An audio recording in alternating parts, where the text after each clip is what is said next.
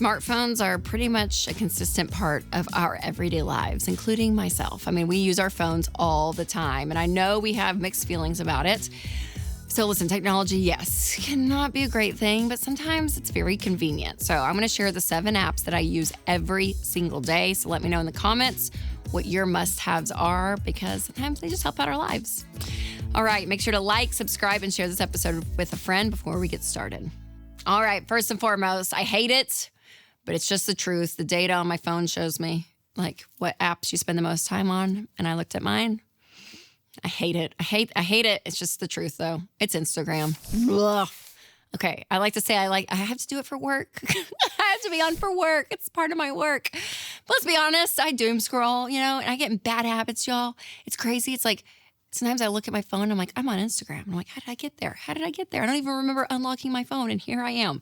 So yes, a good part of me, I like to keep up with friends. I have a friend, that ran the Boston Marathon, and she was like keeping up to date on stories. I was like, oh my gosh, I have to follow her journey along. So sometimes it really is great. And I do like to follow some creators and authors and speakers that I admire. Like there's some great things about it, but also I probably shouldn't spend as much time. Our church does like a technology fast, basically like making your smartphone a dumb phone. And it's always like the best 30 days of my year to be like, oh, I'm going to put some hard boundaries around this because it kind of resets my soul. But that's the truth. Number 1 for me, Instagram. Okay, number 2, Marco Polo. I've learned this is a very millennial thing because it's basically a message that you send to your friend, but you can watch it whenever. You literally use it every day because it's friends that are out of town. Some friends that aren't, but I'm not able to see people every single day, and I need that connection. So for me, catching up with people, Marco Polo, I love it. Number 3 is EveryDollar. So EveryDollar, if you know me, I love EveryDollar. But I get on it every day and check my transactions. Usually I'm having to add something to the budget, so I'm having to shift some things around. Things just come up in life, and money, as we all know, is pretty much plugged into majority of things that we have going on, whether it's like lunch with a friend or things for the kids' school or like whatever's happening. Usually money somehow is attached to what's going on. So just kind of having a pulse on it every day is something I love. So I track transactions almost every day. I love that. I love the feature of the budget rollover. So it just duplicates last month's budget. So you can go in and like take out the categories that you don't need for the new month, add some new ones. But I like that I don't have to do a new budget every single month. I get to tweak last month's budget. So it makes it easy. I love the insights feature on it because it'll give you bar graphs and pie graphs and show you like where you're spending. And it just, again, I get a good pulse on what's going on with our money. I love that. Speaking of money, number 4, Venmo. So not to be dramatic, but what did we do before Venmo, y'all? I mean, I literally used it, I think, 4 times this weekend with different things.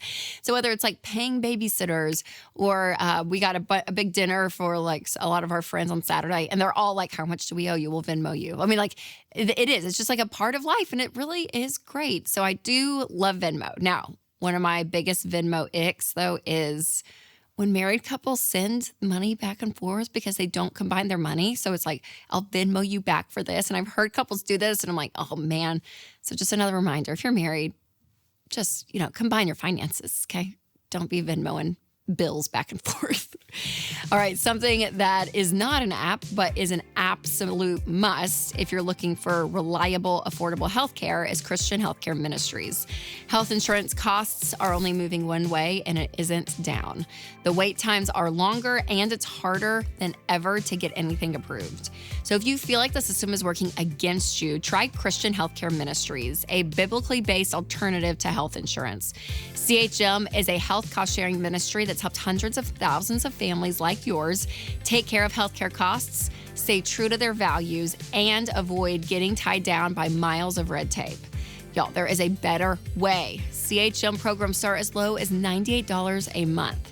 So find out more and join at chministries.org/budget. That's chministries.org/budget. Number 5 is GroupMe. I love a GroupMe. So in our neighborhood, we have like 20 GroupMes that it's about everything. And it's great because you kind of can keep up to date with stuff. My kids' school, usually there's a GroupMe like per classroom that all the moms are on, and that's very helpful. And I like it better than iPhone, like just texting, because sometimes the group chats on iPhone just get nuts. And I hate like always having like the ding, ding, ding, ding, where for GroupMe, I've like set up the notifications and everything. So I check it, but it's not annoying and it's not like you get behind too much on it. I don't know. There's something about it I love, but pretty much every day I'm on GroupMe. Number 6, Google Maps. Yeah, I have lived in the same city my entire life. I went away for college for 4 years, but I came back. But listen, Nashville's interstates, they still confuse me a little bit, and things are changing around here. And so I do find myself either using like that Google map, or if I'm in my car, Apple CarPlay is great. And then I get my little, map right there. It's fantastic. I love it. Number 7 is Amazon. I get in trouble with this one, but y'all, I am just buying stuff. So whether it's like batteries or a new book or whatever it is, listen, it's convenient. That's all I got to say. So Amazon, do I overspend on you? Yes. But do we love you? Yes. It's a love-hate relationship. Now, even though I do love Amazon shopping and prioritizing intentionality, though, it is still key. So making sure everything is within the budget. So we talked about every dollar earlier, but I'll put a link down below. But if you want to avoid wasting your money on meaningless items that are not worth it, make sure to check out my episode 7 purchases that significantly improved my life. So you can click here if you're watching, or I'll put a link down below if you're listening on podcast. All right, remember to take control of your money and create a life you love.